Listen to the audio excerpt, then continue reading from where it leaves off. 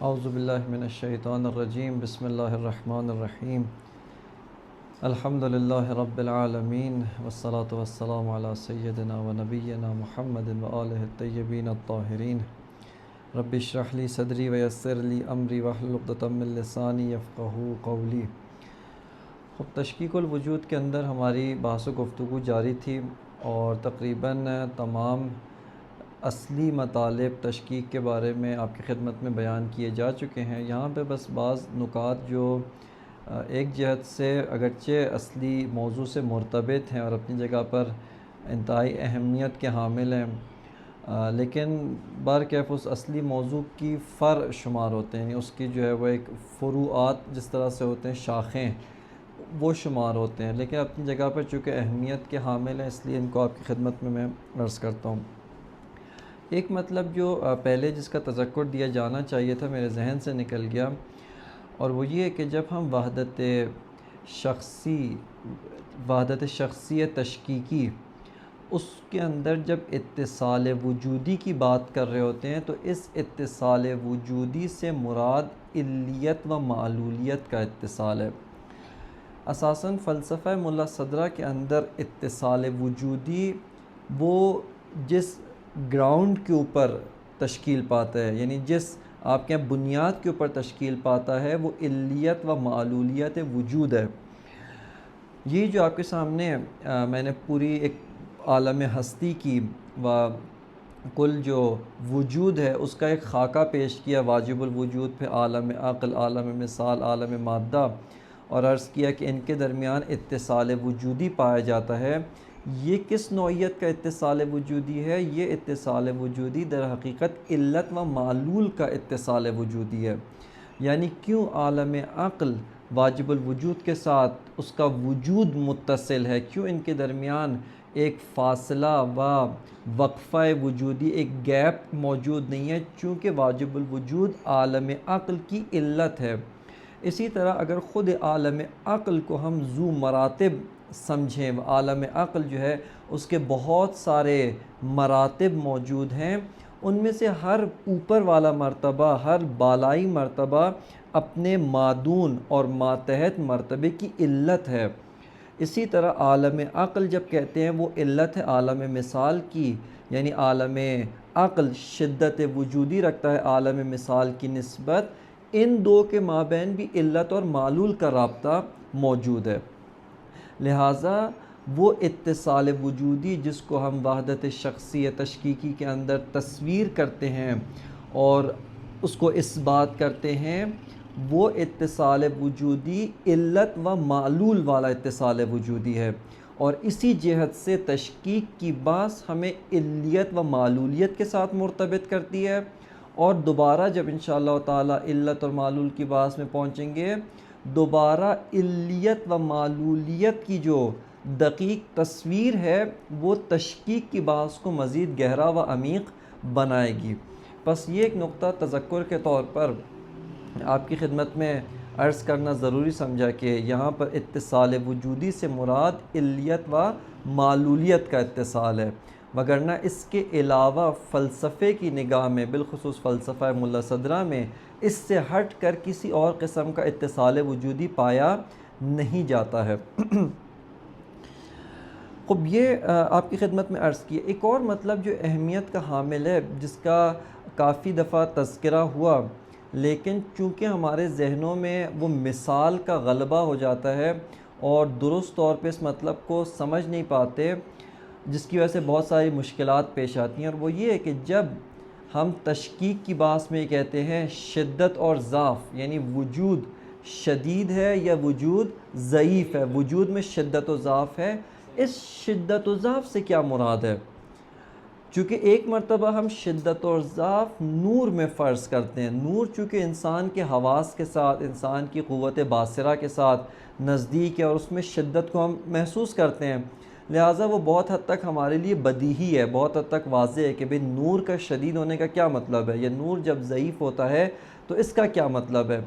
لیکن جب یہی بات ہم وجود کے بارے میں کہتے ہیں کہ یہ وجود شدید ہے، دوسرا وجود ضعیف ہے، تیسرا اس سے ضعیف وجود ہے، تو اس کے اندر کیا مراد ہوتی ہے؟ دیکھیں اساساً وجود ہمیشہ اپنے ساتھ بہت ساری صفات رکھتا ہے.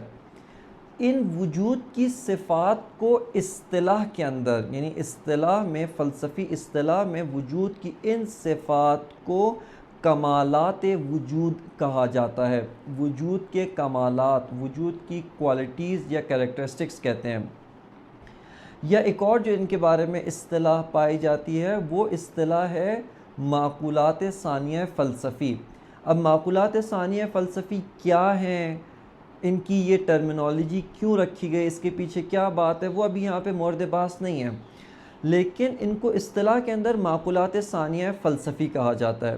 مثال کے طور پہ اگر ہم ایک وجود کو مطالعہ کریں، جیسے وجود پتھر، آپ اس کو لے کر ہم اس کی اسٹڈی کرتے ہیں کہ یہ جو پتھر کا وجود ہے اس کے اندر کون کون سی کریکٹرسٹکس، خصوصیات پائی جاتی ہیں. اب یہ جو وجود ہے اس کے اندر مثال کے طور پہ ایک خاصیت صلابت کی ہے، یہ دوسرے مثال کے طور پہ مٹی کی طرح، دیگر ان کی طرح نرم نہیں، صلب ہے، سخت ہے، ڈینسٹی آپ کہہ لیں، یعنی اس کا وجود اس طرح کا ہے کہ جو کسی اور چیز کو اپنے اندر داخل ہونے نہیں دیتا ہے، برخلاف نرم مٹی کے، برخلاف پلاسٹک یا دیگر چیزوں کی. یہ کس کی خاصیت ہے؟ وجودی خاصیت ہے. اس کے علاوہ ایک اور اس کی خاصیت کیا ہے کہ اس کے اندر نمو نہیں پایا جاتا، اس کے اندر گروتھ نہیں ہے. یہ ایک آپ کہیں سٹیٹک وجود ہے، ایک مثال کے طور پہ کانسٹنٹ وجود ہے، اس کے اندر گروتھ نہیں پائی جاتی، یہ رشد اور نمو نہیں کر سکتا ہے. صحیح ہے. اب اس کے علاوہ اس سے بڑھ کر ہم ایک اور وجود کو دیکھتے ہیں، مثال کے طور پہ درخت. درخت کا جو وجود ہے درحالی کہ اس کے اندر جسمانیت یعنی 3 ابعاد، 3 ڈائمنشنز ہونے کی کوالٹی پائی جاتی ہے، وہ 3 ابعاد رکھتا ہے. پتھر بھی 3 ابعاد رکھتا تھا. اس کے علاوہ جو وہ ہے پتھر ہے اس کے اندر بھی صلابت پائی جاتی ہے، درخت میں بھی صلابت پائی جاتی ہے ایک خاص حد تک، اگرچہ اس حد تک جس حد تک پتھر میں ہوتی ہے درخت میں نہیں ہے، لیکن بالآخر اس میں صلابت پائی جاتی ہے. لیکن یہ جو پتھر ہے یہ نمو کی خاصیت نہیں رکھتا ہے، گروتھ کی خاصیت نہیں رکھتا. لیکن درخت کا وجود چونکہ اس سے بالاتر ہے، اس سے باکمال تر ہے، کس چیز میں؟ اس کے اندر نمو کی خاصیت موجود ہے. پتھر کو آپ 5 سال پہلے، 500 سال پہلے بھی دیکھیں تو اس کے ایک ہی ڈائمنشنز ہیں، اس کے جو 3 ڈائمنشنز ہیں، قد ہے، اس کے چوڑائی ہے، لمبائی ہے، یہ تینوں ایک ہی حد تک ہیں. لیکن درخت ایسا نہیں ہے، پہلے اس کا قد کم تھا، پھر اس نے اپنا قد بڑھا کے اور زیادہ کر لیا، اس کے اندر نمو کی خاصیت موجود ہے. اسی طرح جو پتھر ہے اس کے اندر حیات نہیں پائی جاتی، یہ بائیولوجیکل حیات. لیکن یہ جو درخت ہے اس کے اندر اپنی حد تک، اپنی لیول تک ایک نوع کی حیات پائی جاتی ہے. لہٰذا اگر آپ اس درخت کو، یہ درخت ریئیکشن دکھاتا ہے، آپ اس کی جڑیں کاٹ دیں مرجھا جائے گا، آپ اس کو پانی اور غذا اور جو کھاد ہے وہ فراہم نہ کریں یہ نابود ہو جائے گا، مرجھا جائے گا. یا اگر اس کو مثال کے طور پہ کوئی جانور یا کوئی کیڑا لگ جائے، یہ ایک الگ طریقے سے ریئیکشن دکھاتا ہے، بیمار ہو جاتا ہے، بس اس کے اندر حیات پائی جاتی ہے، اس کے اندر نمو کی خاصیت ہے، گروتھ کی خاصیت ہے. اب یہ جو وجود ہے پتھر کے وجود سے بالاتر ہو گیا. کیوں؟ چونکہ اس کے اندر اور کمالات ہیں جو پتھر کے وجود میں موجود نہیں، یعنی وہ کمالات پتھر کے وجود میں نہیں ہیں لیکن وجود درخت میں یہ سارے کمالات پائے جاتے ہیں. اس سے تیسرا جو ہم وجود لیتے ہیں، مثال کے طور پہ چارپایا، چوپایا، جانور، کسی بھی طرح کا جانور، اگرچہ خود یہ جو جانور ہیں ان میں بھی کمالات کے لحاظ سے فرق پایا جاتا ہے، لیکن ہم ایک کم ترین جانور جس کے اوپر حیوان فٹ ہوتا ہے، اور وہ یہ کہ دیکھیں جیسے ہی وجود جانور ہوتا ہے اس کے اندر کیا ہے، یہ ابعاد بھی ہیں، 3 ڈائمنشنز بھی ہیں، اس کے ساتھ ساتھ اس کے اندر نمو بھی ہے، گروتھ بھی کر سکتا ہے، حیات بھی موجود ہے. لیکن ایک اور چیز بھی اضافہ ہوگی، وہ کیا ہے کہ یہ اپنی مرضی، اپنے ارادے سے حرکت بھی انجام دے سکتا ہے، برخلاف درخت برخلاف نباتات، یہ جتنے بھی گرین چیزیں ہوتی ہیں، گرینری ہوتی ہیں، ان کے اندر یہ کوالٹی موجود نہیں ہے. یہ فقط ایک خاص ڈائریکشن میں حرکت کرتے ہیں، یعنی گروتھ کرتے ہیں. حرکت کرنے سے مراد کیا؟ یہ خاص ڈائریکشن میں گروتھ کرتے ہیں، وگرنہ یہ ان کے اندر موومنٹ پائی نہیں جاتی ہے. لیکن دوسری طرف سے ہمیں حیوانوں کے اندر کیا نظر آتی ہے؟ اس کے اندر موومنٹ ہے، حرکت کر سکتا ہے، اپنی پسندیدہ چیز کی طرف بڑھتا ہے، اور جو نقصان دہ چیزیں ان سے فرار اختیار کرتا ہے. یہیں پہ آپ ملاحظہ کریں، ارادہ کب جنم لیتا ہے؟ جب علم ہو. جب علم ہو اپنے لیول کا ہی صحیح، یعنی جب اس کو یہ پتا ہے کہ یہ چیز میری پسندیدہ ہے، میرے وجود کے ساتھ ملائم ہے، میرے وجود کے ساتھ سازگار ہے، اس کے ساتھ فٹ ہو سکتی ہے، صحیح ہے، اور یہ دوسری چیز میرے وجود کے لیے مضر ہے، مجھے نقصان پہنچا سکتی، لہٰذا اس سے فرار کرنے کا ارادہ کرتا ہے اور فرار اختیار کر لیتا ہے. بس اب آپ دیکھیں کہ یہاں پر حیوانات کے اندر ایک نوع کا علم آنا شروع ہوا ہے. اچھا، اب جو علم پہلے نباتات میں نہیں ہے، جو علم پہلے جمادات اور پتھروں کے اندر موجود نہیں ہے، اب یہاں پر خود ان پتھروں کے اندر کمالات کی ایک بڑی لمبی چوڑی فہرست ہے. یعنی بعض پتھروں کی خاص کوالٹیز ہیں، بعض پتھر، ابھی سے آپ کو کیا بتایا، ایک جنرل پتھر، لیکن کوئی بھی پتھر ہونے کے ناطے سے کبھی بھی گروتھ نہیں کرتا، لیکن پتھروں کی کوالٹیز الگ ہے جو ان کو ایک دوسرے سے مختلف کرتی ہیں. مثال کے طور پہ ایک جو ہے وہ کوئلے کا پتھر ہے، صحیح ہے، ایک جو ہے وہ کسی اور چیز کا، مثال کے طور پہ جتنے معدنیات ہیں، عقیق ہے، فیروزہ ہے، اور مختلف طرح کے پتھر، ان کی اپنے خاص کوالٹیز ہیں، لیکن اس میں یہ سب شریک ہیں کہ یہ سب کے سب کیا ہیں؟ جامد ہیں. توجہ کر رہے ہیں؟ لیکن ان کے اپنے اندر کیا ہیں؟ شدت و ضعف ہو سکتی ہے. ایک پتھر کسی اور جہت سے دوسرے پتھر سے کیا ہو؟ باکمال ہو، اس کے کمالات زیادہ ہوں. اسی طرح نباتات ہیں. یہ جو نباتات ہیں، ان نباتات میں بھی بڑی وسیع کیٹیگری موجود ہے. اگرچہ یہ سارے کے سارے حیوان سے مادون ہیں، لیکن ان میں بھی کیٹیگریز موجود ہیں. بعض جو جمادات، بعض نباتات جو ہوتے ہیں وہ زیادہ ریاکشن دکھاتے ہیں. مثال البتہ یہ وہی والی چیزیں ہیں جو ایکسپیریمنٹل سائنسز کے اندر زیادہ آ جاتی ہیں. اور وہ کہ مثال کے طور پہ کھجور کا جو درخت ہے، اس کو جب یہ پھل نہ دے رہا ہو، یعنی ہمارے پاس نہیں ہے لیکن یہ بعض نے بتایا ہے، یعنی تجربہ کیا ہے، کہا ہے اس کو اگر آپ جا کے اس کے پاس جو اس کا باغبان ہوتا ہے کلہاڑی لے کر جائے، ڈرائے دھمکائے، یہ ڈر سے پھل دینے لگتا ہے. یہ کھجور کے درخت کی خاصیت ہے. یا اسی طرح کے کھجور کے درخت کا جو اوپر والا حصہ ہے اس کو کاٹ دیں، یہ درخت مردہ ہو جاتا ہے. یعنی گویا وہ اس کا سر کی طرح ہے کہ اگر آپ نے سر اس کا قلم کر دیا، یہ کیا ہو جاتا ہے؟ مردہ ہو جاتا ہے.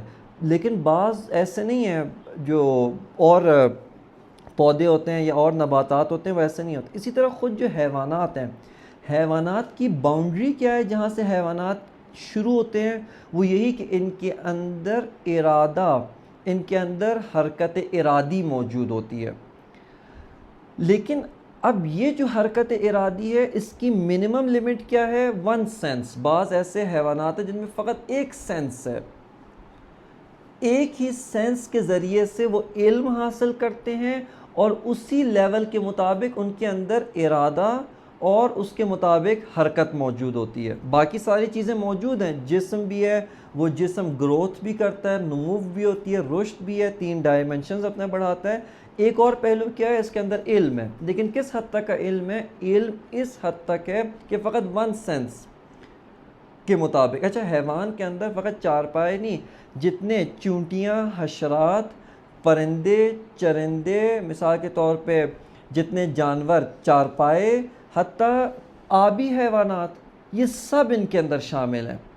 یعنی یہ سارے کے سارے حیوانات کے اندر شامل ہیں. خوب اسی طرح حیوانات میں سے بعض ہوتے ہیں جن کے اندر 2 حواس ہوتے ہیں، سننے کی حس ہوتی ہے اور لمس، ٹچ کی کوالٹی ہوتی ہے. بعض کے اندر اب دیکھیں اس کا جو وجودی لیول ہے وہ پہلے والے حیوان سے زیادہ ہے، چونکہ اس کے اندر 2 طرح کے علم حاصل کرنے کی صلاحیت موجود ہے. یہ دو طرح کا علم حاصل کر سکتے ہیں، اپنی سننے کی صلاحیت سے بھی کر سکتے ہیں اور ٹچ کی قوت لامسہ سے بھی کر سکتے ہیں۔ اسی طرح حیوانات کے اندر بعض ہیں جو 3 سینسز رکھتے ہیں، بعض ہیں جو زیادہ رکھتے ہیں، بعض حتیٰ تھوڑی بہت آپ کہہ لیں کہ ان کے اندر محبت دیگر اس طرح کی چیزیں بھی پائی جاتی ہیں۔ لہٰذا یہاں پہ آپ دیکھ سکتے ہیں کہ ہمارے جو دین مقدس شریعت ہے اس کے اندر حیوانات کے جو بعض احکام بیان کیے گئے ہیں وہ ان کی وجودی لیول کے مطابق ہیں۔ یعنی جیسے کہا گیا کہ جب آپ ایک جانور کو ذبح کرتے ہیں دوسرے جانوروں کے سامنے نہ کریں، چونکہ اس سے کیا ہوتا ہے ان کو ادراک ہوتا ہے، وہ فیل کرتے ہیں، ان کو محسوس ہوتا ہے، لہٰذا کسی اور جانور کو آپ اذیت نہ دیں، تکلیف ہوتی ہے۔ خب یہ وہ چیزیں ہیں جو ان کے درجہ وجودی کے لحاظ سے سازگار ہیں۔ خب یہیں پہ ایک ہمارے استاد مذاق میں کہتے ہیں کہ اگر آپ کسی کی بہت حد تک توہین کرنا چاہیں، کسی انسان کو بہت غصہ آ رہا ہے، آپ اس کو کہیں تم پتھر ہو، اس کو اتنا برا نہیں لگتا، لیکن آپ اس کو کہیں کہ تم گدھے ہو، بہت برا لگتا ہے۔ کہتے ہیں فلسفی لحاظ سے دیکھیں تو پتھر کہنے میں زیادہ توہین ہے، کیوں؟ چونکہ آپ اس کو کیا کہہ رہے ہیں کہ تم جمادات کے لیول پہ ہو، تم میں اصلاً جو ہے مثال کے طور پہ نہ نمو ہے، نہ ادراک ہے، نہ کچھ ہے، لیکن جب آپ اس کو کہتے ہیں کہ تم گدھے ہو تو آپ نے اس کو بہت عزت والا مقام دیا ہے۔ اگرچہ آپ اس کو کہتے ہیں کہ تم انسانی مقام پر نہیں ہو، لیکن پتھر سے بہتر کیا ہے؟ گدھا ہونا ہے، صحیح ہے۔ لیکن ہم چونکہ وہ ایک ہمارے معاشرے کے اندر بنا ہوا ہے فلسفی نگاہ پائی نہیں جاتی، وگرنہ فلسفیانہ نگاہ سے گدھا کہنا کوئی بری بات نہیں ہے۔ خب اسی طرح بس یہ حیوانات، اب لیکن انسان اور حیوان کے اندر کیا فرق ہے کہ انسان کا لیول وجودی طور پہ ایک اور لیول اوپر آ گیا ہے، اور وہ لیول کیا ہے؟ وہ لیول یہ ہے کہ انسان ادراکات 5 سینسز تو رکھتا ہے، لیکن ان 5 سینسز کے ساتھ ساتھ انسان کے اندر تعقل کی صلاحیت موجود ہے، کریٹیو صلاحیت، خلاقیت موجود ہے۔ موجودہ جو معلومات باہر سے چاہے حسی طور پہ چاہے عقلی طور پہ حاصل کرتا ہے، اس کو جوڑ توڑ کر کے نئی چیز خلق کر سکتا ہے، بنا سکتا ہے، کشف کر سکتا ہے، معلومات جو ہے وہ انکشاف کر سکتا ہے، جبکہ یہ کام کوئی بھی جانور انجام نہیں دے سکتا۔ جانور سے کیا مراد؟ باقی انسان کو چھوڑ کے جو حیوانات ہیں وہ یہ کام انجام نہیں دیتے، کیوں؟ چونکہ ان کے اندر مرحلہ عقلی نہیں پایا جاتا۔ بس انسان کا وجود شدید ہے، شدت وجودی رکھتا ہے، کس لحاظ سے؟ اس لحاظ سے کہ انسان کے اندر یہ کمالات زیادہ ہیں۔ اسی طرح انسانات میں بھی جو مراتب ہیں وہ بھی انہی کمالات کے لحاظ سے۔ پس اب آپ دیکھیں، توجہ کریں یہاں پر کہ یہ جو کمالات کا زیادہ ہونا ہے یہ 2 طرح سے ہے۔ کس طرح سے؟ ایک مرتبہ کمالات کے جو نمبرز ہیں وہ زیادہ ہو رہے ہیں۔ کیا مطلب؟ مطلب جمادات کے اندر گروتھ نہیں ہے لیکن نباتات کے اندر گروتھ موجود ہے۔ جمادات کے اندر ایک علم کی کوالٹی نہیں ہے، نباتات کے اندر حیوانات کے اندر علم کی کوالٹی موجود ہے، بس اس کے اندر 2 کمالات ہیں، اس کے اندر فقط ایک کمال ہے۔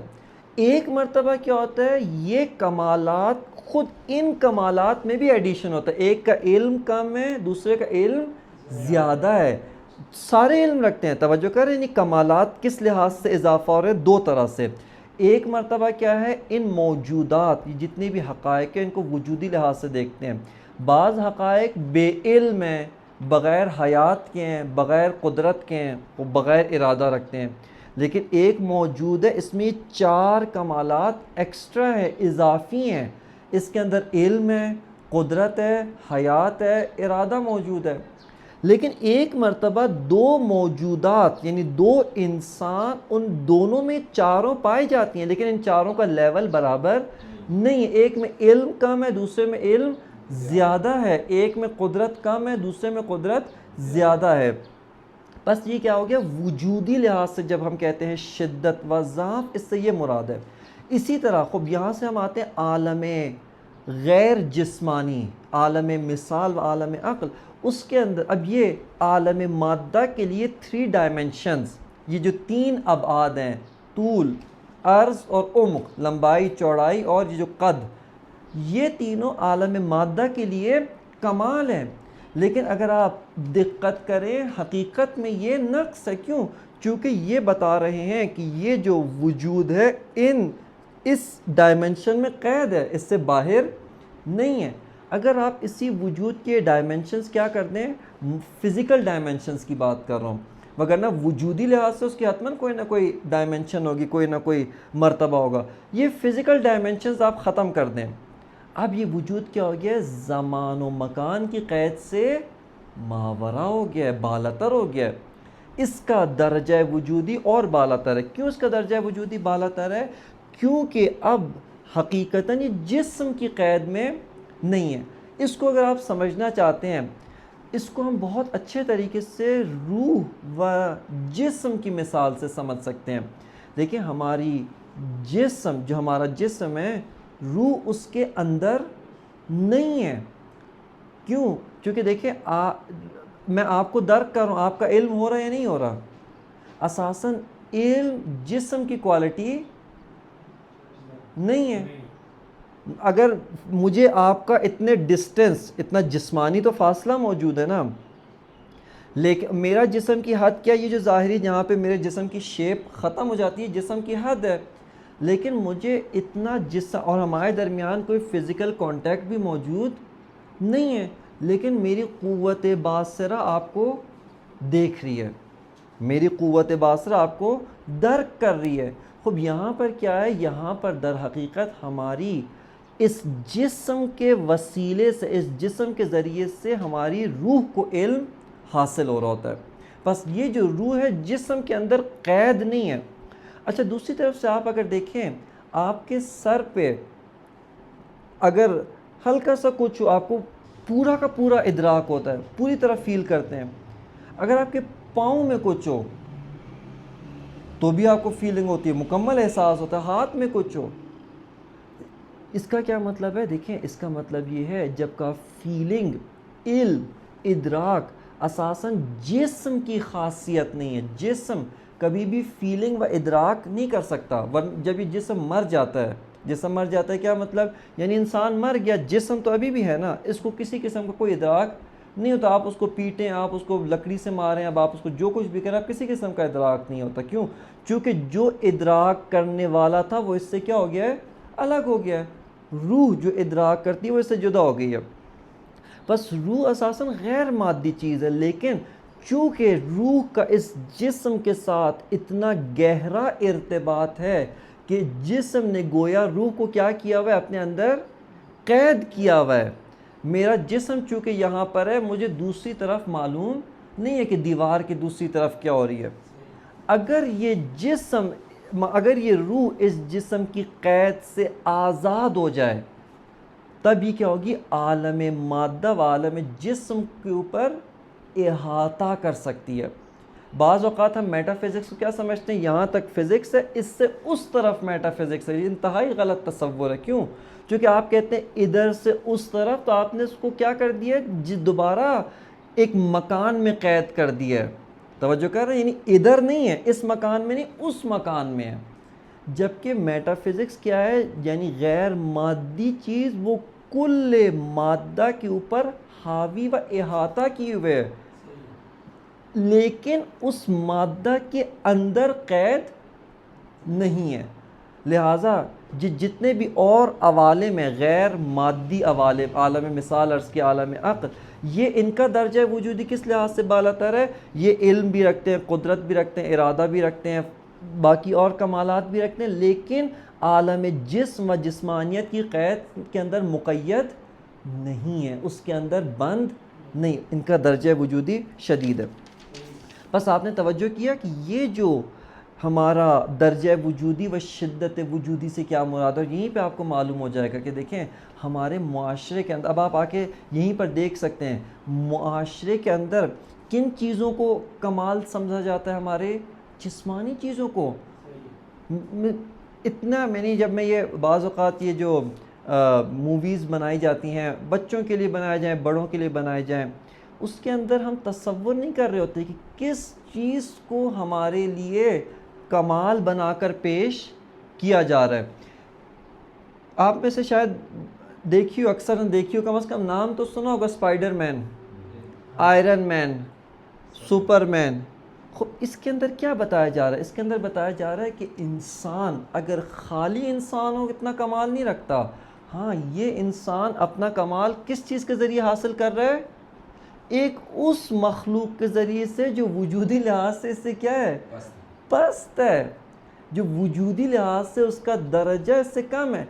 آئرن مین میں کیا بتایا جاتا ہے؟ آپ یعنی آپ نہیں ٹیکنالوجی سے بھی ہٹ کر یعنی آپ کا جسم کیا ہے؟ لوہے کی مانند ہے، اس کے اوپر کسی چیز کا اثر نہیں ہوتا. دیکھیں توجہ کریں یہاں پر، یہ کس سویلائزیشن یا یہ جو تہذیب ہے، یہ تہذیب کس فلسفے کے اوپر قائم ہے؟ اس فلسفے کے اوپر قائم ہے کہ کل کا کل کمالات، سارے کے سارے کمالات اسی عالم مادہ کے اندر پائے جاتے ہیں. اس سے بالاتر کمال یعنی اساساً میں آپ سے کہوں ایک انسان جس کا بدن اتنا پھولا ہوا ہو، فرض کریں کوئی ریسلر ہے، اس کا بدن ایک دم پھولا ہوا ہے، جسمانی لحاظ سے بڑا قوی ہیکل ہے، اور ایک دفعہ ایک عالم، ایک بزرگوار، ایک بڑی مرجع تقلید، ایک بڑی شخصیت بدن کے لحاظ سے انتہائی ضعیف، نحیف، بالکل کمزور ہو، آپ ان میں سے کس کو کہیں گے کہ درجہ وجودی کے لحاظ سے کون بالاتر ہے؟ عالم. کیوں؟ چونکہ اس کا کمالات کے لحاظ سے، درجہ وجودی کے لحاظ سے اس کے وجود میں زیادہ کمالات ہیں، زیادہ شدت وجودی اس کے وجود میں پائی جاتی ہے. اچھا یہاں پہ اس کا مطلب یہ نہیں کہ انسان کو اپنا جسم نہیں، نہ، یہ فقط کیا ہے، ہر چیز کو اس کا مرتبے پہ رکھیں، اس کے مقام پہ رکھیں، جسم کو اس کے مقام پہ رکھیں. اس کا یہ بھی مطلب نہیں کہ آپ کا جسم ضعیف ہو. قطعاً جسمانی لحاظ سے جو جسم تندرست ہے، صحت مند ہے، طاقتور ہے، وہ اس جسم سے بہتر ہے جو جسم ضعیف ہے، مریض ہے، نحیف ہے. لیکن یہ جسم کا کمال ہے، انسان کا کمال نہیں ہے. توجہ کر رہے ہیں؟ بس یہاں پر یہ جو یعنی اب آپ کو یہاں سے واضح طور پہ معلوم ہو سکتا ہے کہ کس طریقے سے بہت ساری اور تہذیبوں میں جو خوبی کا، اچھائی کا، کمالات کے جو معیار بن رہے ہیں، وہ معیار کس فلسفے کی اساس پر بن رہے ہیں، کس فلسفے کی اساس پر حاصل ہو رہے ہیں. لہٰذا یہ جو کمالات ہیں، یہ کمالات وجود کے درجے اور شدت کو وہ بتاتے ہیں. یہیں پہ ایک اور چیز دقت کریں یہاں پر، اساساً اب آپ دیکھیں پتھر کے اندر اس کی شدت ہے، کس لحاظ سے شدت ہے کہ کوئی اور اس چیز اس کے اندر رسوخ نہیں کر سکتی. میں ایک دفعہ بیٹھ کے سوچ رہا تھا، یہ آپ سے سوال ہے، کیا انسان، ہم جو انسان ہیں، ان کا جسم پتھر کی طرح ہو سکتا ہے؟ کیوں؟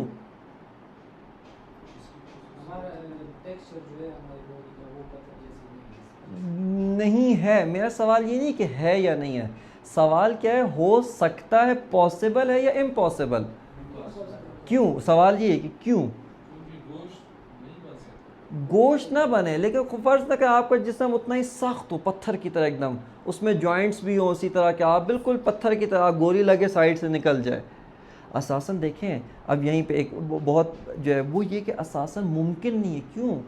چونکہ جب ایک وجود نے بالاتر کمال کو قبول کرنا ہے تو وہ جو پست کمال ہوتا ہے، جو مادون مرتبے کے لیے کمال شمار ہوتا ہے، اس سے اس کو باہر نکلنا پڑتا ہے. دیکھیں توجہ کریں آپ، اگر کوئی اسی عالم مثلا پتھر کیا ہے، پتھر اپنی پتھریت کے اندر، اس جسمانیت کے اندر رسوخ کیا ہوا ہے، یعنی اتنا شدید وہ پتھر ہونے کے ساتھ چپکا ہوا ہے، سمجھیں، یعنی اسی پتھریت میں اتنا ہے کہ وہ بالاتر اور مقام حاصل نہیں کر سکتا.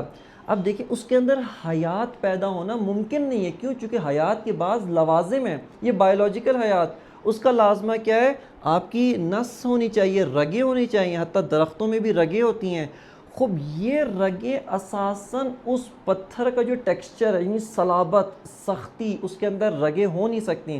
سمجھ آ رہی ہے؟ اس کے ساتھ سازگار نہیں ہے. اس وجہ سے جب ایک مادون یعنی جو پست وجود ہے جب چاہتا ہے بالاتر، آگے انشاءاللہ آئے گا حرکت جوہری کے باعث میں، اس میں جب کمال حاصل کرنا چاہتا ہے اس کو اپنے نچلے مرتبے کا جو کمال ہے اس کو کیا کرنا پڑتا ہے؟ چھوڑنا پڑتا ہے، اس کو کچھ حد تک کمتر کرنا پڑتا ہے، اگر یہ اسی مرتبے کے کمال میں ہی راسخ رہے، اسی مرتبے کے میں نے بہت ڈھونڈا، مجھے کوئی اس کے لیے مناسب جو ہے نا تعبیر انگریزی کی نہیں ملی۔ سخت بنو، یعنی آپ کو اگر اپنے بالاتر کمال کو حاصل کرنا پڑتا ہے، پتھر اپنی پتھریت کے ساتھ چپکا ہوا ہے، وہ اس سے اوپر آنے کے لیے تیار نہیں ہے، لیکن اگر آپ کے اندر بس وہ حیات بھی قبول نہیں کر سکتا، نمو بھی قبول نہیں کر سکتا، لیکن درخت کیا ہے؟ پتھر کے مقابلے میں اس کی سختی کم ہے، اس نے تھوڑا سا اپنے آپ کو کیا کیا ہے، وہ جو جسمانی سختی، صرف یہاں پہ فلیکسیبلٹی نہیں ہے، میں صرف جو مطلب سمجھانا چاہ رہا ہوں کہ وہ جو اپنے پتھریت کا جو کمال ہے نا اس سے تھوڑا سا اوپر آیا ہے، اس سے نکلا ہے، اس کو چھوڑا ہے، اس کو ترک کیا، تبھی آپ دیکھیں درخت جو ہے وہ پتھر کی نسبت کم صلابت ہوتی ہے، اس کے اندر سخت ہوتا ہے لیکن اس حد تک ہوتا ہے کہ اپنے اندر اجازت دیتا ہے، اس کے اندر رگیں بن جاتی ہیں، پورا جو اس کا سسٹم ہوتا ہے وہ بن جاتا ہے، صحیح ہے۔ اب اگر جانور ہے، جانور کی جو چمڑی ہے، گوشت ہے، اس کے اندر اور حیات پیدا ہونی ہے اور اس نے کمال حاصل کرنا ہے، اس کو نباتات کے لیول سے تھوڑا سا اوپر آنا ہے، اگر وہ نباتات کا جو کمال ہے اسی کے اندر چپک جائے گا، اسی کے اوپر جو ہے وہ سٹاپ ہو جائے گا، وہ کبھی بھی حیواناتی کمال تک نہیں پہنچ سکتا۔ اسی طرح انسان ہے، اب یہ جو یہاں پہ یہیں سے آپ کو معلوم ہو جائے گا کہ بعض مثال کے طور پہ یہاں پہ آ کر بعض اوقات مقایسہ بھی کرتے ہیں، مثال کے طور پہ چیل کی آنکھیں یا عقاب کی آنکھیں انسان سے کئی گنا زیادہ تیز ہیں، کئی کلومیٹر دور سے وہ زمین پہ ایک رینگتے ہوئے چوہے کو دیکھ لیتی، لیکن انسان کی آنکھیں اتنی تیز نہیں ہیں۔ کیوں؟ دیکھیں انسان نے ان حسی کمالات سے تھوڑا سا اوپر آ کر عقلی کمال تک آنا ہے تو ان حسی کمالات سے نکلنا پڑے گا۔ اس کا اگر وجود، اس کے اندر آنکھوں میں چیل جیسی تیزی، مثال کے طور پہ کانوں میں فرض کریں چونٹی جیسی جو تیزی ہو، اور دیگر موجودات و مخلوقات کی طرح اس کی جسمانی حواس کی وہ سختی سے مراد جسمانی حواس والے کمالات اتنی شدت سے پائے جاتے ہوں، یہ کبھی بھی ان سے نکل کر عقلانی مرتبے تک نہیں پہنچ سکتا۔ لہٰذا جیسے ہی ارتقاء، یہ سب کہاں ہو رہا ہے؟ شدت وجودی کے اندر ہو رہا ہے، لہٰذا تبھی یہیں سے ہمارا جناب شیخ اشراق نے ایک مطلب جس کا استفادہ کیا وہ یہی تھا، وہ اساساً کہتے ہیں کہ اے انسان، یعنی اگر آپ نے صحیح و حقیقی فیلسوف بننا ہے، اس عالم محسوسات سے اپنا تعلق و ارتباط کم کریں، جتنا آپ کا عالم محسوسات و عالم حس و حواس و جسم و جسمانیات انہی آبجیکٹس کے ساتھ آپ کا تعلق ہوگا، آپ کبھی بھی عقلیات تک تیزی سے آگے نہیں بڑھ سکتے، کیوں؟ چونکہ آپ انہی کے اندر گڑ چکے ہیں، انہی کے اندر راسخ ہو چکے ہیں، اور یہیں سے آپ بہت ساری اسلامی جو تعلیمات ہیں اس کا فلسفہ بھی یہیں سے معلوم ہوتا ہے۔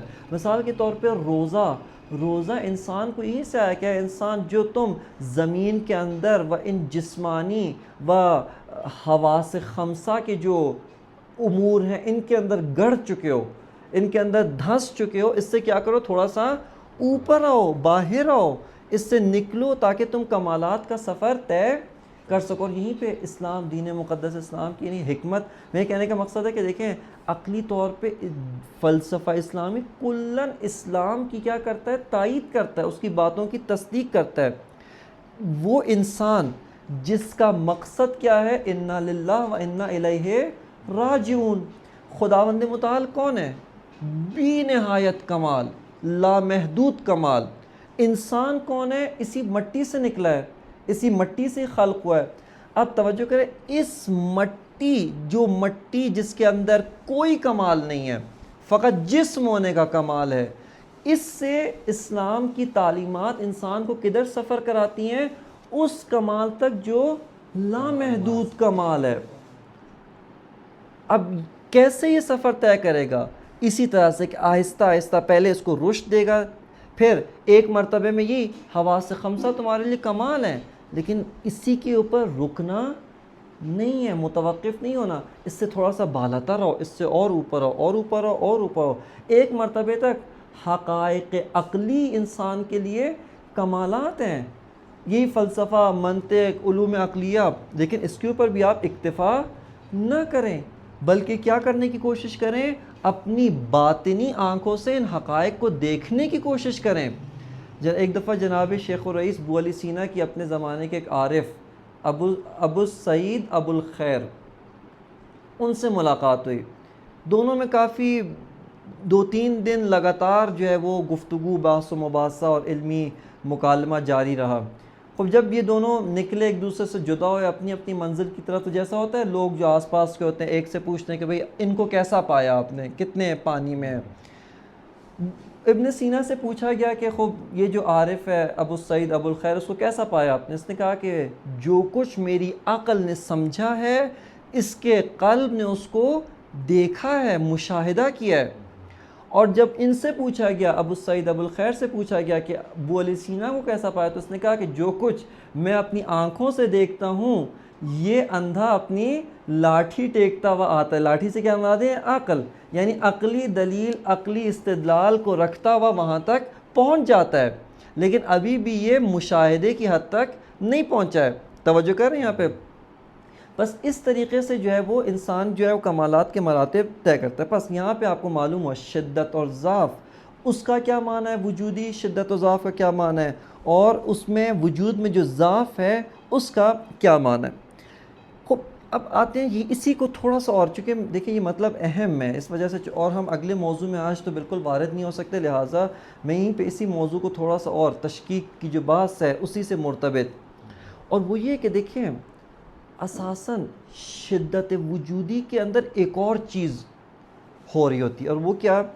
یہ جو عالم مادہ ہے، عالم تکسر ہے.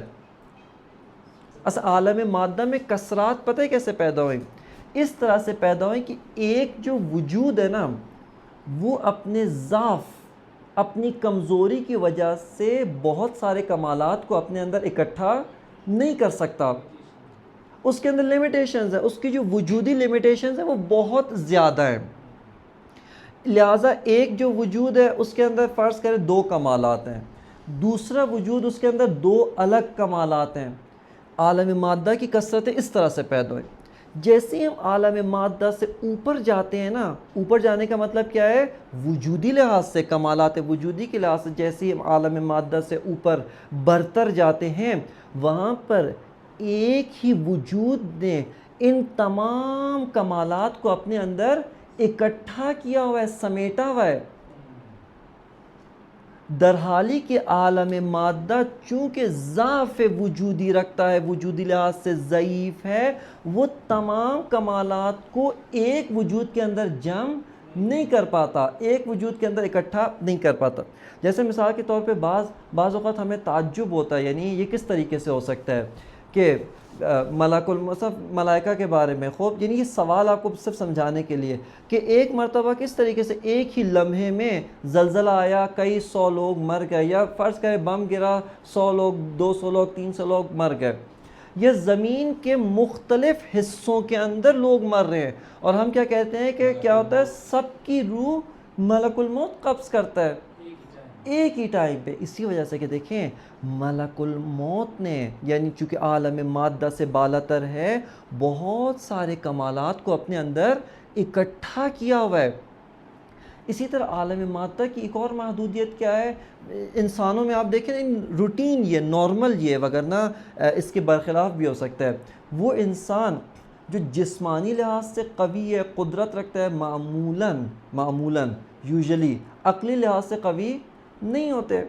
وہ انسان جو عقلی لحاظ سے، دلیل کے لحاظ سے، استدلال کے لحاظ سے قوی ہوتے ہیں، وہ معمولاً جسمانی لحاظ سے قوی نہیں ہوتے. آپ کو ہنسی جو ہے نا وہ لگتا ہے اپنے اوپر جو ہے نا فٹ کر رہے ہیں. خب یہاں پہ لیکن آپ جیسے ہی عالم مادہ سے اوپر جائیں، ملائکہ انتہائی قدرت رکھتے ہیں، نہ جسمانی قدرت کا مطلب کیا ہے؟ نہیں کہ ان کے مسل بہت قوی ہیں، اساساً قدرت یعنی جو چاہتے ہیں اپنا ارادہ جاری کر سکتے ہیں، اسی کو قدرت کہتے ہیں نا. انسان جو جسمانی طور پہ بھی مثلا مسل بناتا ہے، قوی بناتا ہے، کس لیے قوی بناتا ہے؟ اس لیے قوی بناتا ہے کہ میں جو چاہوں اس جسم کے وسیلے سے انجام دے دوں درحال. لیکن بس یہ کمال آپ نے دیکھا کہ معمولی طور پہ عالم مادہ کے اندر کمالات اکٹھے نہیں ہو پاتے. کیوں؟ چونکہ درجہ وجودی ضعیف ہے، کمالات بکھرے ہوئے ہیں، اسکیٹرڈ ہیں، ایک میں ایک کمال ہے دوسرا نہیں، دوسرے میں ایک کمال ہے تیسرا نہیں ہے، اسی طرح سے بکھرے ہوئے ہیں. درجہ وجودی جیسی بالاتر ہوتا جاتا ہے، یعنی یہ سارے کمالات ایک وجود کے اندر اکٹھے ہو رہے ہیں، ایک وجود میں جم ہو رہے ہیں کمالات. صحیح ہے. اس کو کہا جاتا ہے وجود جمعی. وجود جمعی کسے کہتے ہیں؟ در مقابل وجود تفرقی. تفرق یعنی فرقہ فرقہ، یعنی فرق سے. وجود تفرقی یعنی ایسے وجودات جو اپنے اندر بہت سارے کمالات کو اکٹھا نہ کر سکیں، ان کے اندر نہ کر سکے. وجود تفرقی، تفرق فرقہ فرقہ، ٹکڑیاں، یعنی یہ وجود ہے، اس کی لمٹ اتنی ہے، یہ دوسرے کمالات کو اپنے اندر اکٹھا نہیں کر سکتا. وجود جمعی کیا ہوتا ہے؟ وجود جمعی وہ ہوتا ہے کہ جو بہت سارے کمالات کو اپنے اندر اکٹھا کر سکتا ہے. اب آئیں تشکیک ہمیں کیا بتاتی ہے؟ تشکیک بتاتی ہے کہ جیسے ہی اب یہاں سے آپ دیکھیں، یہاں سے مزید تشکیک کی تصویر آپ کے سامنے واضح ہوگی، اور وہ یہ عالم مادہ میں سب سے زیادہ کثرات پائی جاتی. کیوں؟ چونکہ عالم مادہ وجود تفرقی ہے، یعنی اس کے اندر بہت ساری جو کمالات ہیں وہ ایک وجود میں اکٹھے نہیں ہو سکتے، ایسے صلاحیت نہیں ہے اس کے اندر ان سب کو. مثال کے طور پہ دیکھیں، آپ نے دقت کی ہے، یہ انسانوں کی مثال ہے. ایک انسان ایک چیز میں کام کرتا ہے، محنت کرتا ہے، دوسری چیز میں کام نہیں کر سکتا. کیوں؟ چونکہ اس کا وقت کیا ہے؟ محدود ہے، وقت نے اس کو محدود کیا ہوا ہے. دوسری چیز میں اگر کام کرے، تیسری کمال سے محروم رہ جاتا ہے، چونکہ اس کا وقت کیا ہے؟ محدود ہے. وقت نے اس کو محدود کیا ہوا ہے، مکان نے اس کو محدود کیا، زمان نے اس کو محدود کیا ہوا ہے. اسی طرح اور چیزوں کی مثال. لیکن جیسی اب عالم مادہ سے خارج ہوں، خوب اسی طرح وجود جمعی، اس نے عالم مادہ کے کمالات کو ایک وجود کے اندر ضم کیا ہوا ہے، جم کیا ہوا ہے. اب آپ اسی طرح ہر مرتبہ جو بالاتر ہے وہ تمام مادون مراتب کے کمالات رکھتا ہے اور اس سے اضافی کمالات بھی رکھتا ہے. ہر بالاتر مرتبہ مادون کے کمالات رکھتا ہے اور اضافی کمالات بھی رکھتا ہے. اسی طرح جب آپ چلتے جائیں واجب الوجود تک پہنچیں، واجب الوجود بھی نہایت کمالات دونوں لحاظ سے، ایک کوانٹیٹیو و کوالیٹیٹیو دونوں، یعنی عدد، نمبر، کوانٹیٹی کے لحاظ سے. فرض کریں آپ گنیں، علم، قدرت، حیات، ارادہ، تکلم و الی ھذا بے تحاشا کمالات جو ہمیں معلوم ہی نہیں ہے، وہ سارے رکھتا ہے. اور دوسری طرف سے وہ کمالات جو ہم بھی رکھتے ہیں اور وہ بھی رکھتا ہے، اس کی کوالٹی انتہائی بالاتر ہے. فرض کرے علم ہم بھی رکھتے ہیں، خداوند متعال بھی رکھتا ہے، لیکن فرق کیا ہے؟ ہمارا علم کوالٹی میں کمتر ہے، ضعف رکھتا ہے. اس کا علم میں بھی کیا ہے؟ بھی نہایت لامحدود ہے. بس یہاں سے ہمارے سامنے جو تشکیک کی تصویر بنتی ہے اور واضح ہوتی ہے وہ یہ ہے کہ دیکھیں، عالم ہستی و عالم وجود، اس کے دو آپ کہیں بارڈر لائنز ہیں. ایک بارڈر لائن کیا ہے؟ واجب الوجود، جو بھی نہایت شدید وجود ہے. اس کے بعد جیسے ہی واجب الوجود کے بعد دوسرا جو مرتبہ آتا ہے اس سے لمیٹڈ ہوتا جاتا ہے. واجب الوجود اور اس میں فرق کیا ہے کہ وہ ان لمیٹڈ ہے، اور یہ کیا ہوتا جاتا ہے؟ لمٹ. یہاں سے لمٹ کا سٹارٹ ہوتا ہے، لمٹ کا سٹارٹ ہوتا ہے. ٹھیک ہے،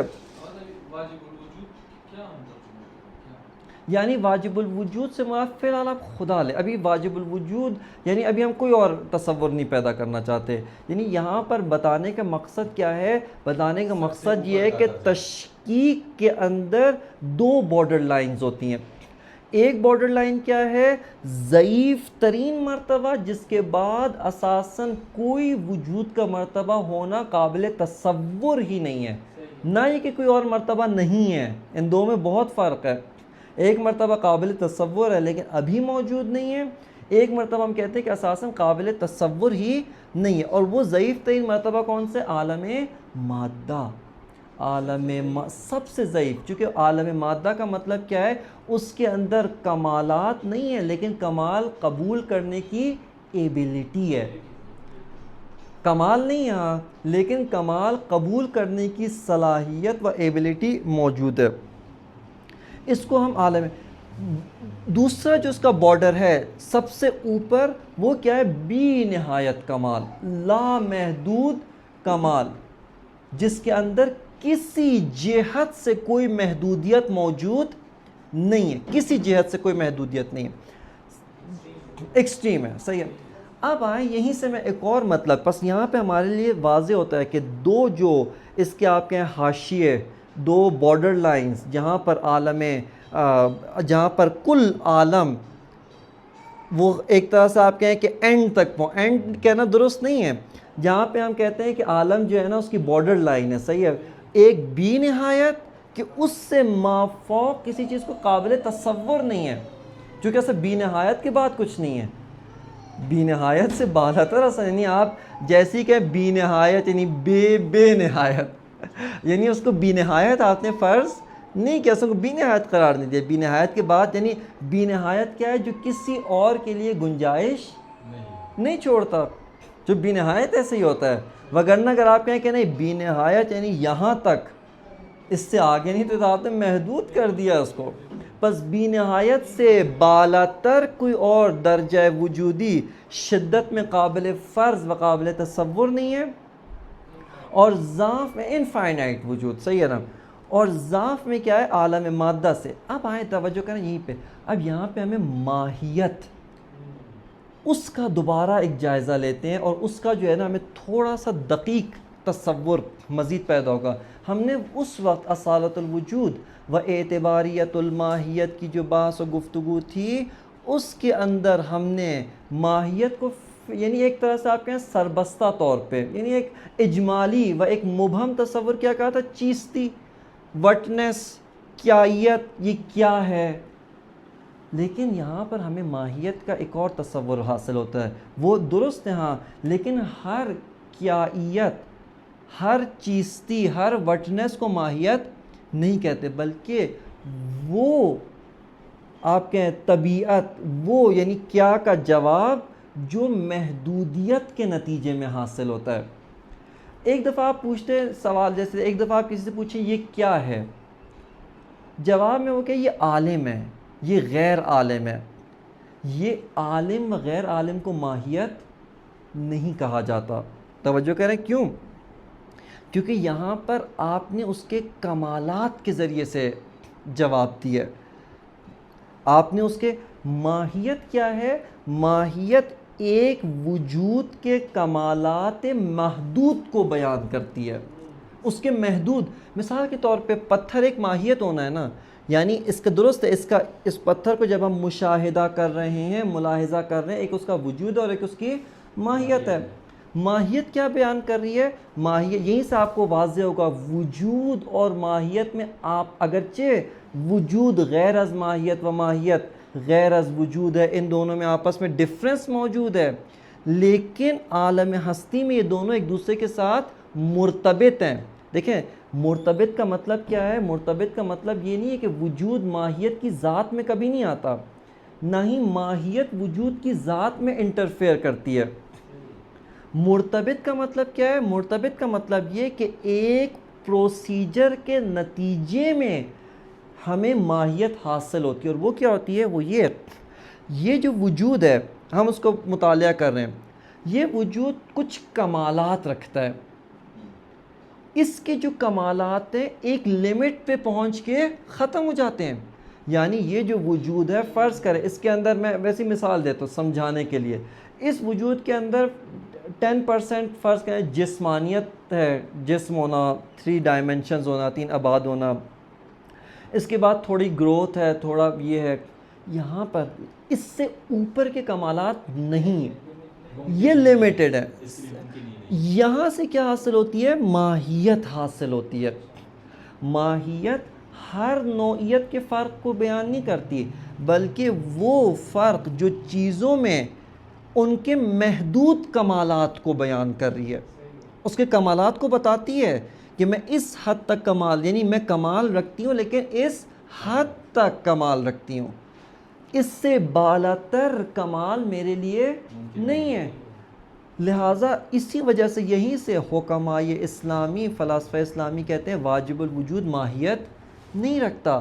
جیسے ہی آپ نے کہا کہ واجب الوجود بے انتہا و بے نہایت کمالات رکھتا ہے، یعنی اس کے کمالات کی کوئی لمٹ، کوئی حد نہیں ہے.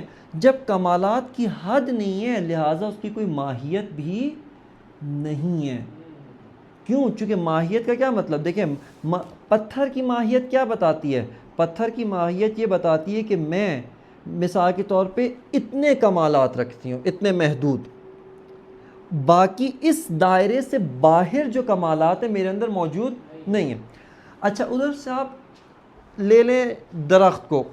درخت کا وجودی مرتبہ چونکہ پتھر سے بالاتر ہے، وہ جسم بھی رکھتا ہے، ایک حد تک سختی و صلابت بھی رکھتا ہے، اس سے بالاتر درجے کے کمالات رکھتا ہے، لیکن وہ یہ کہتا ہے کہ میں حرکت نہیں رکھتا ہوں، میں مثال کے طور پہ تعقل کی صلاحیت نہیں رکھتا ہوں، میں نشو و نما تو رکھتا ہے درخت، صحیح ہے، حرکت نہیں رکھتا، ارادہ نہیں رکھتا، علم نہیں رکھتا، بس میرے کمالات کی یہ لمٹ ہے، بس اس کی ماہیت یہیں پر تشکیل پا جاتی ہے، ختم ہو جاتی ہے، یعنی اس سے بالاتر کمالات نہیں رکھتا، اس کی ماہیت میں یہ چیزیں ہیں.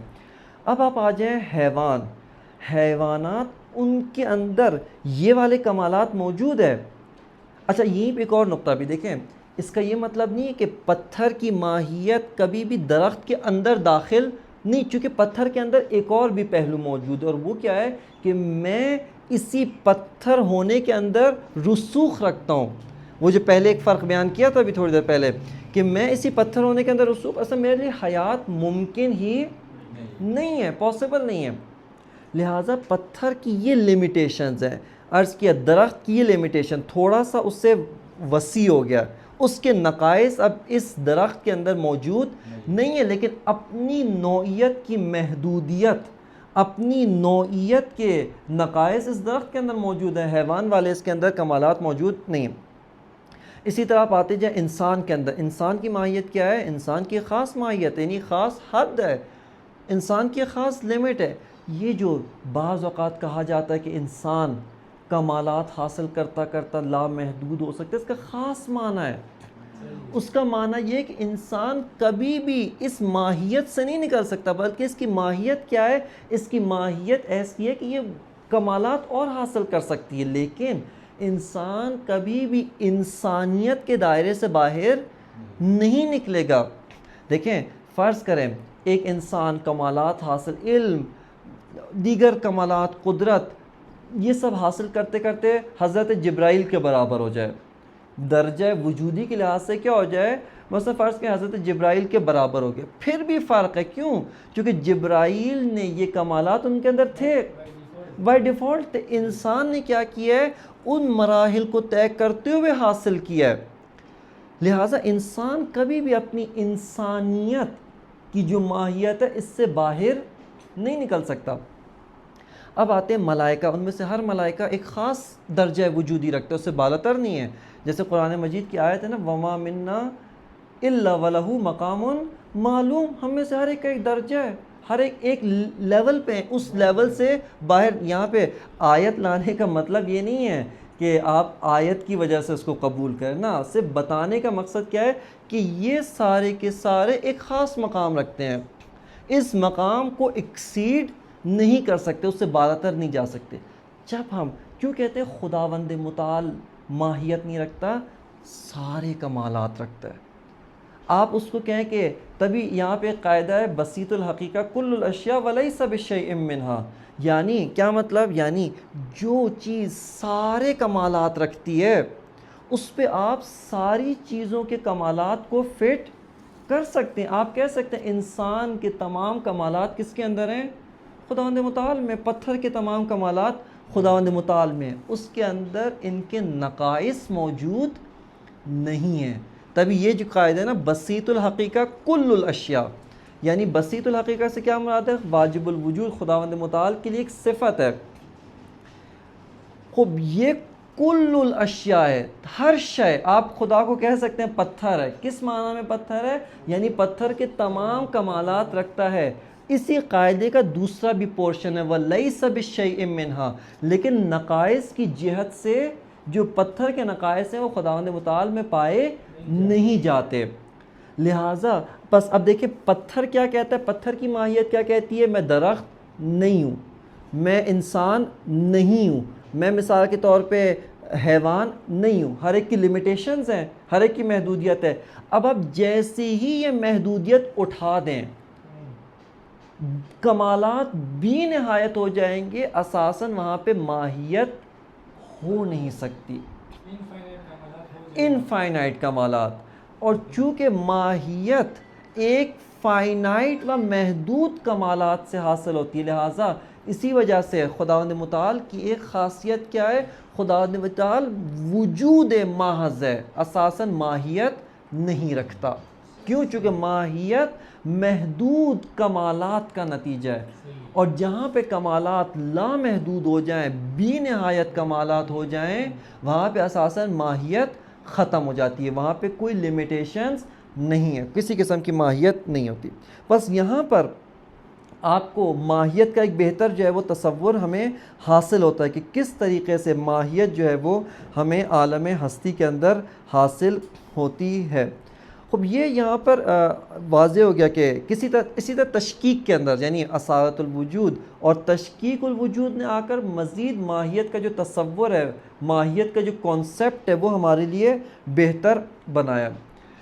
آخری ٹاپک جو یہاں سے اس موضوع کے اندر آتا ہے، اس کے اوپر انشاءاللہ میں اس کو ختم کروں گا، اور وہ یہ ہے کہ حکماء اسلامی انہوں نے دیکھا کہ دو طرح کی کثرتیں پائی جاتی ہیں. کل عالم ہستی کے اندر دو طرح کی کثرتیں ہیں. ایک کثرت کیا ہے؟ علت معلول. علت معلول یہ جو ہستی کے طبقات کو تشکیل دیتی ہے، شدت و ضعف ہے، جس کو ہم نے کیا نام دیا ہے؟ تشکیک کا. تشکیک الوجود. منشا اشتراک عین منشا افتراق ہے.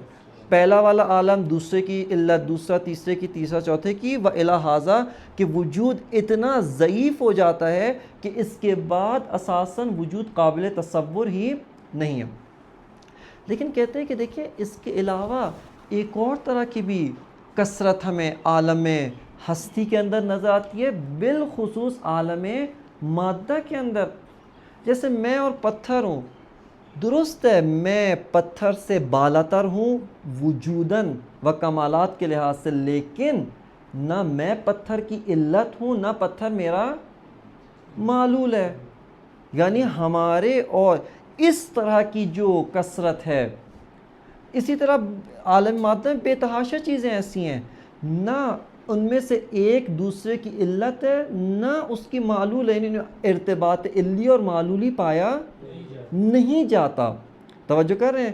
یہ جو کثرت ہے اس کو کیا کہا جاتا ہے؟ کثرت عرضی. عرضی عرض سے ایک ہے طولی مراتب، طول پہلا مرتبہ، دوسرا یعنی یہ کیا ہو جائے گا؟ ورٹیکل. مثلا ورٹیکل. ایک کیا ہو جائے گا؟ ہاریزونٹل. ہاریزونٹل کا مطلب کیا ہے؟ ہاریزونٹل کا مطلب یہ کہ ان مراتب کے مابین جو تعلق ہے وہ علت اور معلول کا تعلق نہیں ہے. توجہ کر رہے ہیں؟ ان مراتب کے مابین علت اور معلول کا جو تعلق ہے وہ تعلق پایا نہیں جاتا ہے. اب یہ اس کو کیا کہتے ہیں؟ کثرت عرضی. اب یہاں پر دیکھیں، توجہ کریں، یہاں پہ اب تھوڑی سی ہماری تشکیک کی جو تصویر ہے نا وہ اور بہتر ہوتی جا رہی ہے. یعنی چونکہ اصل فلسفہ یعنی اساتید کہتے ہیں کہ اگر کسی چیز کو صحیح طور پہ ہم تصور کریں نا، اس کا تصویر واضح ہو جائے، یہ آدھا فلسفہ آپ نے طے. آدھا فلسفہ سوال ہوتا ہے، صحیح طور پہ سوال ہو. آدھا فلسفہ کیا ہوتا ہے؟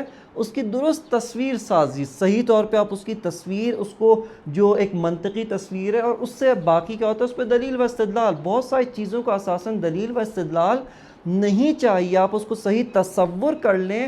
اس کا تصور خود اپنے اوپر دلیل ہوتا ہے، اس کا تصور ہی خود اپنے آپ کو ثابت کر رہا ہوتا ہے. اور وہ یہ ہے کہ دیکھیں یہ جو عالم مادہ ہے اس کے اندر ہمیں یہ اس طرح کی کثرت بھی نظر آتی ہے. بس اب آپ دیکھیں، یعنی اگر آپ چاہتے ہیں کل ہستی کو ایک ڈائیگرام کی شکل میں، اس کو ایک تصویر کی شکل میں اگر آپ بیان کرنا چاہتے ہیں تو اس کے لیے اچھی تصویر کیا ہے؟ ایک کون کی شیپ. کون کی شیپ کیا مطلب؟ یعنی دیکھیں پیک پہ، ٹاپ پہ کیا ہے؟ بی نہایت وجود، پیرامڈ، یعنی پیرامڈ بہتر ہے، صحیح ہے. خب یہاں پر کیا ہے؟ ایک ہی وجود. لیکن اچھا یہ جو پیرامڈ ہے نا یا کون ہے، اس کے اندر بعض اوقات یعنی یہ ایک ڈائمنشن سے، یہ جو پیرامڈ اگر آپ اس کو اوپر سے نیچے کی طرف کھینچیں نا تو یہ ایک ڈائمنشن بیان کر، اور وہ کیا ہے؟ وحدت اور کثرت. اوپر وجود جتنا جاتا جا رہا ہے، جاتا جا رہا ہے کا مطلب یہ نہیں کہ ٹریول کر رہے ہیں، موجود ہے، ہم اس کو اسٹڈی کر رہے ہیں. اس اسٹڈی کے دوران ہم جتنا دیکھتے ہیں وجود اوپر وحدت زیادہ ہے. جیسے جیسے ضعیف ہوتا جا رہا ہے اس کے اندر آہستہ آہستہ کیا ہو رہی ہے؟ کثرت. آہستہ آہستہ ڈائیورسٹی، اسکیٹرنیس پھیلتا جا رہا ہے. عالم مادہ تک پہنچا، پھیل گیا. کیوں؟ چونکہ وجود اتنا ضعیف ہو گیا ہے کہ ایک وجود سارے کمالات کو اپنے اندر جمع نہیں کر سکتا، اکٹھا نہیں کر سکتا. لیکن اگر شدت اور ضعف کے لحاظ سے اگر آپ ڈائیگرام ڈرا کرنا چاہتے ہیں، اپوزٹ ہو جائے گی. کیوں؟ چونکہ وہ ایک ہی وجود بی نہایت کمالات. یعنی اگر شدت اور ضعف اس کے لحاظ سے اگر آپ ڈائیگرام ڈرا کریں تو کیا ہوگا کہ وہ چونکہ ڈائیگرام پھیلی ہوئی ہوتی ہے نا، جب کون بناتے ہیں یا پیرامڈ بناتے ہیں تو اوپر سے پتلا ہے، نیچے سے کیا ہوتا ہے؟ پھیلا ہوا ہے. جب اس کا پھیلاؤ نیچے کی طرف ہو تو یہ تصویر کیا ظاہر کر رہی ہے؟ وحدت و کثرت کو، کہ اوپر ایک ہے، پھر آہستہ آہستہ آہستہ آہستہ تکثر بڑھ رہا ہے، اور ایک مرحلے پہ پہنچ کے تکثر اپنے میکسیمم لیول تک پہنچ جاتا ہے. یہ کیا عالم مادہ.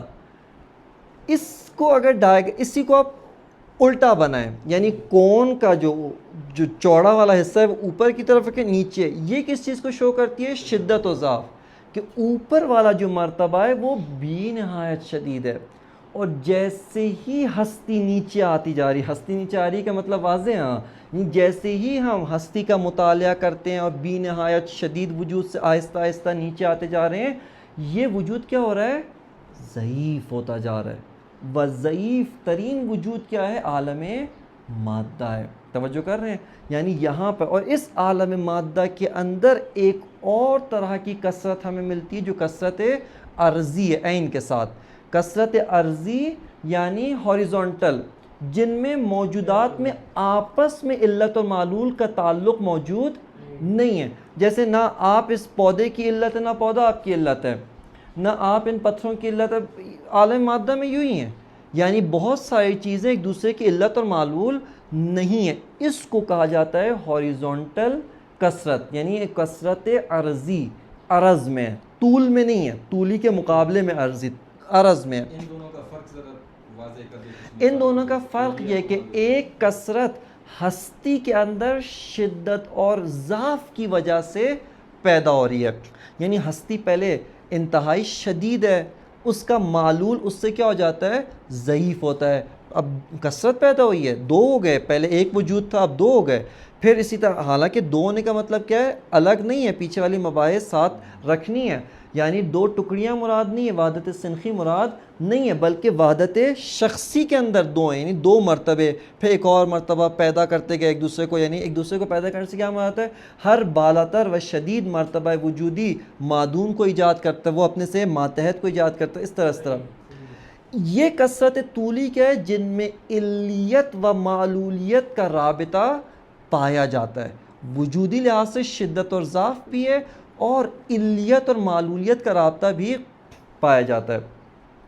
کثرت عرضی کیا ہوتی ہے؟ کثرت عرضی یہ ہوتی ہے کہ اس کے اندر ممکن ہے شدت اور ضعف ہو، توجہ کریں، ممکن ہے، جیسے انسان اور پتھر، واقعی انسان کا وجود شدید ہے، پتھر کا وجود ضعیف ہے، لیکن اس کے اندر علت اور معلول کا رابطہ موجود نہیں ہے، بلکہ یہ دونوں ایک عالم بالاتر کے معلول ہیں، یہ دونوں ایک اور علت کے معلول ہیں، صحیح ہے نا، لیکن آپس میں ان دونوں کا کیا تعلق ہے؟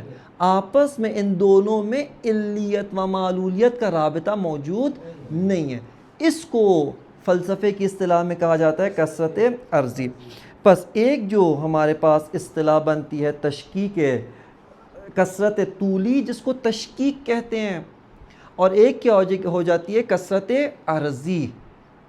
اس کو رابطہ کیا ہے پھر آپس میں؟ کوئی رابطہ نہیں، صرف کیونکہ یہاں پہ موضوع کیا تھا؟ وحدت اور کثرت، یہ بتانا مقصود تھا کہ تشکیک جو ہے وہ ایک خاص طرح کی کثرات کو ہمارے لیے واضح کر کے بیان کرتا ہے، لیکن ایک اور طرح کی بھی کثرات پائی جاتی ہیں، اس کے اندر شدت و ضعف ہے، اس کے اندر شدت وجودی و ضعف وجودی ممکن ہے پایا جاتا ہو، لیکن علیت و معلولیت کا رابطہ نہیں ہے۔ اس کو کثرت عرضی کہتے ہیں، اور اس کے اوپر بعض اوقات تشکیک اگر کہا بھی جائے اصطلاح کے لحاظ سے، ٹرمینالوجی کے لحاظ سے، تسامحاً ہے، وگرنہ حقیقتاً اس کو تشکیک نہیں کہا جاتا۔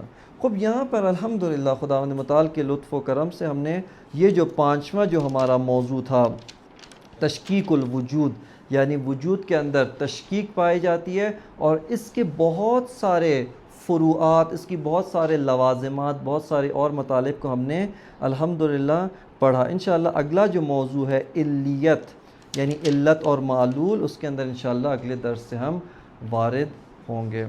وصلی اللہ علی سیدنا و نبینا محمد و آلہ الطیبین الطاہرین۔